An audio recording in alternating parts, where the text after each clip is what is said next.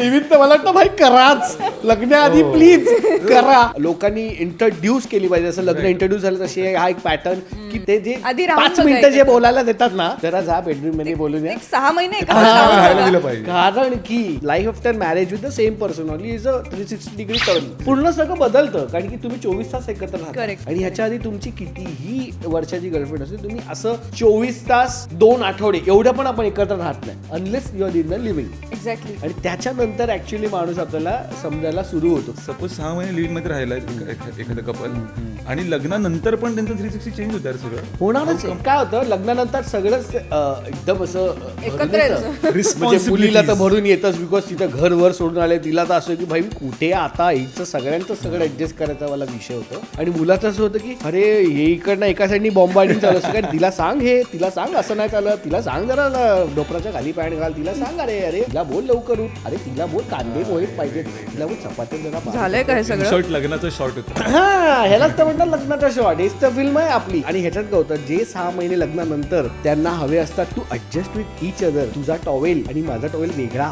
मला मोजे Brush असेच वेगळा. हा मला मोजे उलटे करूनच मग वॉशिंग मशीन मध्ये लागतात किंवा अजून छोट्या छोट्या गोष्टी असतात. अशा अनेक फॅक्टर ऍडजस्ट जे 6 महिन्यात व्हायला पाहिजे तेव्हा घरचे गोंधळ घालून मोकळे झालेले असतात. तर ते हे लोक ऍडजस्ट मग ती ऍडजस्टमेंट होते on the basis of other people which I think should be purely with your partner.